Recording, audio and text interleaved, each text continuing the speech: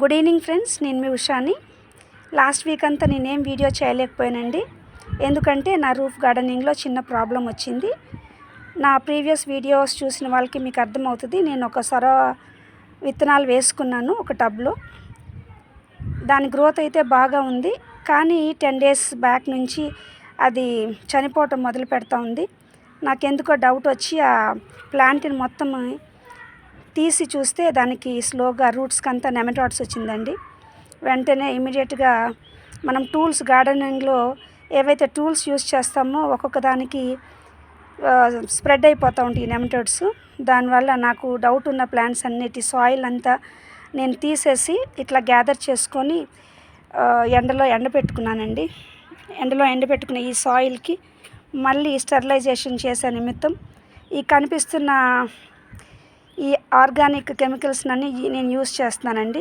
మొదట కనిపిస్తున్న ప్యాకెట్లో ఎగ్షెల్ పౌడరు, రెండో ప్యాకెట్లో అదేమో వైట్ కలర్ది ఎప్సమ్ సాల్ట్ అండి. తర్వాత వ్యామ్ని యూస్ చేస్తూ ఉన్నాను, ట్రైకోడర్మా విరిడి, తర్వాత వేపపిండి.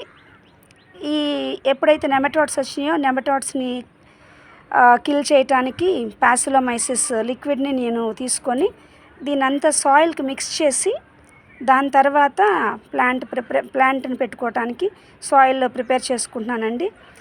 మీరు నేను చేసిన పొరపాటు చేయబాకండి. వేపపిండి తగ్గిన ఈ ప్యాసిలోమైసిస్ సాయిల్లో లేకపోయినా ఆటోమేటిక్గా మనకి రూట్స్కి వచ్చే ప్రాబ్లమ్స్ వచ్చేస్తూ ఉంటాయి.